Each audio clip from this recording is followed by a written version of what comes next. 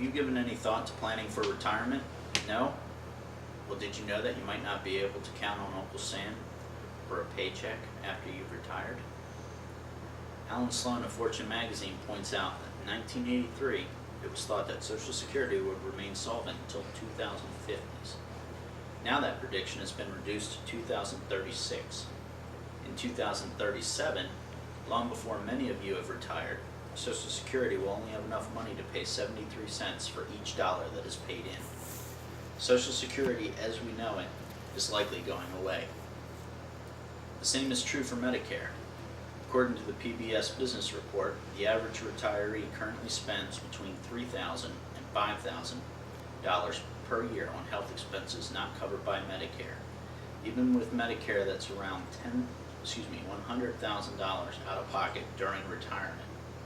This is a slide showing the Medicare deficit in blue as a percentage of GDP up till year 2080.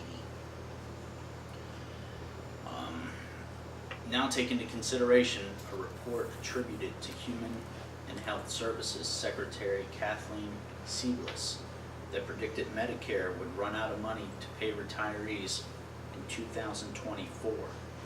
Just imagine what your retirement expenses will be without the government subsidizing your health care and living expenses. Forget having fun, traveling the world, and leaving money to your heirs. You'll need a tremendous amount of money just to exist. Now let's consider what you're currently doing to save for retirement and why you probably need to make a change.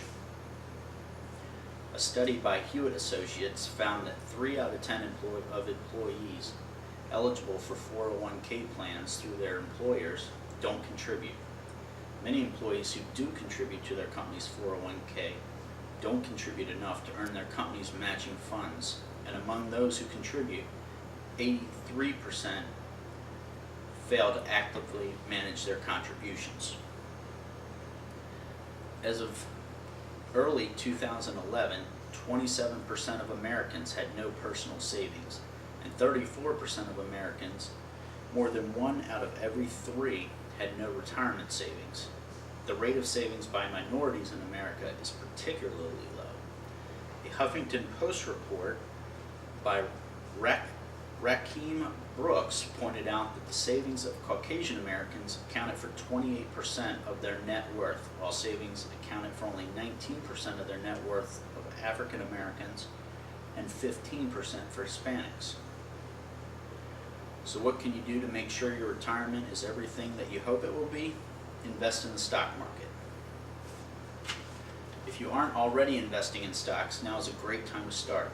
You may think, now is a horrible time to invest. The market is so volatile. We're just coming out of the Great Recession. But professionals will tell you there's never a bad time to begin investing. Stocks are the classic investment. If you have 10 years or more until your planned retirement, investing in stocks is a great option for growing your wealth. The younger you are, the longer you have to weather dips in the market like the one going on right now, and reap the rewards of long-term investing. To become a successful investor, you must do some research. Be careful, but be prepared to put in the necessary time in order to analyze the strengths and weaknesses of the companies you're considering. Analyze the company's revenues, profits, and margin trends. Review the company's competitors and learn about the industry. Explore the company's price to earnings and growth ratio, commonly called PE ratio. Consider the company's management and balance sheet. Review the company's stock price history, the risks and expectations for the future, and finally, invest. Everyone talks about the need for investing and the benefits of doing it early and often, but what do you really stand to gain? The power of compounding is the most important reason for you to start investing today. But what is compounding? Compounding interest means the interest you earn is calculated based on the principal, the amount you initially contributed, as well as the interest that you have already earned from your initial investment. Still confused? Here's an example. And here we have an example. Sally gets a part-time job during her sophomore year of high school. She makes a conscious effort to save and put away $1,000 per year in the stock market. She invests for 10 years at 12% return for a total investment of $10,000. She stops contributing after those 10 years and leaves the money in the stock market. Sally's friend, Candy, spends all of her money shopping and eating out. It doesn't occur to her to save a penny until she's 40. At the age of 40, Candy begins to invest $10,000 a year for the next 25 years at a return of 12% for a total investment of $250,000. When both women turn 65, they compare investment accounts. Sally, who has contributed only $10,000, has a total of $1.8 million.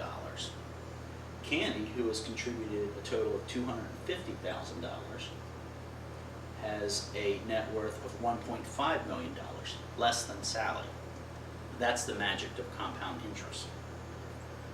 So what can you do to be more like Sally and less like Candy?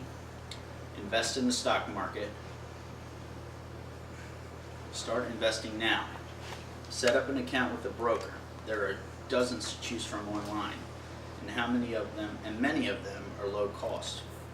Determine how much you can afford to contribute to your stock market account each month. Pay yourself first. Contribute what you can and determine how best to spend what's left over.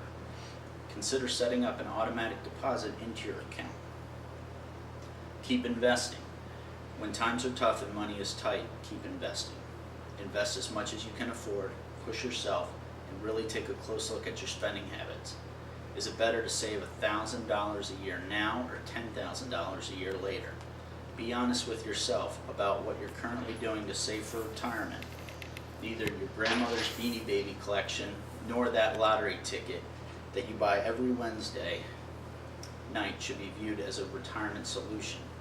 Evaluate how much money you need to support your retirement dreams and begin investing in the stock market today.